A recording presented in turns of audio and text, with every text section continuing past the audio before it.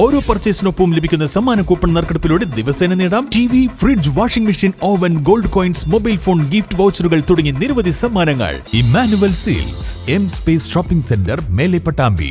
ദേശീയ അംഗീകാരം നേടിയതിന്റെ ആഹ്ലാദത്തിലാണ് കൊപ്പം സാമൂഹികാരോഗ്യ കേന്ദ്രത്തിലെ ജീവനക്കാരും നാട്ടുകാരും. സംസ്ഥാനത്താകെ 7 ആശുപത്രികൾക്കാണ് ഈ അംഗീകാരം ലഭിച്ചത്. അതിൽ കൊപ്പം സാമൂഹിക കേന്ദ്രമാണ് ഒന്നാമത്. തുടർച്ചയായി 3 വർഷം സംസ്ഥാന സർക്കാരിന്റെ കായകൽപ പുരസ്കാരവും ഈ ആശുപത്രിയെ തേടിയെത്തിയിട്ടുണ്ട്.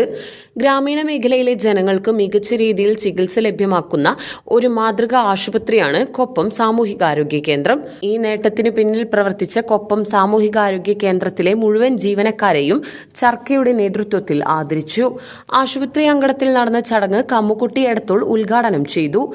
ഈ ഹോസ്പിറ്റലിന്റെ എല്ലാ ഭാഗവും ഇപ്പോൾ വളരെ വൃത്തിയായി കിടക്കുന്നുണ്ട്. അതൊക്കെ എല്ലാവരും കൂടി നല്ല ശ്രദ്ധിച്ചുകൊണ്ട് നന്നായിട്ട് തന്നെ ഈ ഹോസ്പിറ്റലിനെ ഇനിയും നമ്മുടെ സൽപ്പേര് നിലനിർത്തി കൊണ്ടുപോകാനുള്ള പ്രതിജ്ഞയെടുത്ത് മുമ്പോട്ട് പോകണമെന്ന് അഭ്യർത്ഥിക്കുകയാണ്.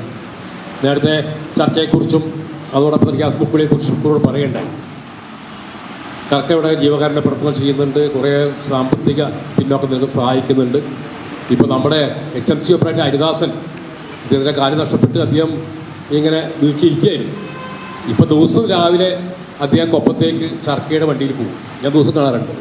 പഞ്ചായത്തിൻ്റെ അവിടെ പോവും, അങ്ങാടിയിലൊന്ന് കറങ്ങും, ഇറങ്ങി അദ്ദേഹം തിരിച്ച് വീട്ടിലേക്ക് ഉച്ചയ്ക്ക് തിരിച്ചു പോകും. ചർക്കയാണ് അതിന് കാരണം.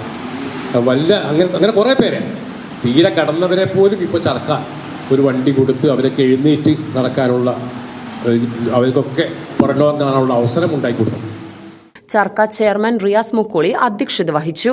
ബ്ലോക്ക് പഞ്ചായത്ത് പ്രസിഡന്റ് ഗീത മണികണ്ഠൻ പുരസ്കാരദാനം നടത്തി.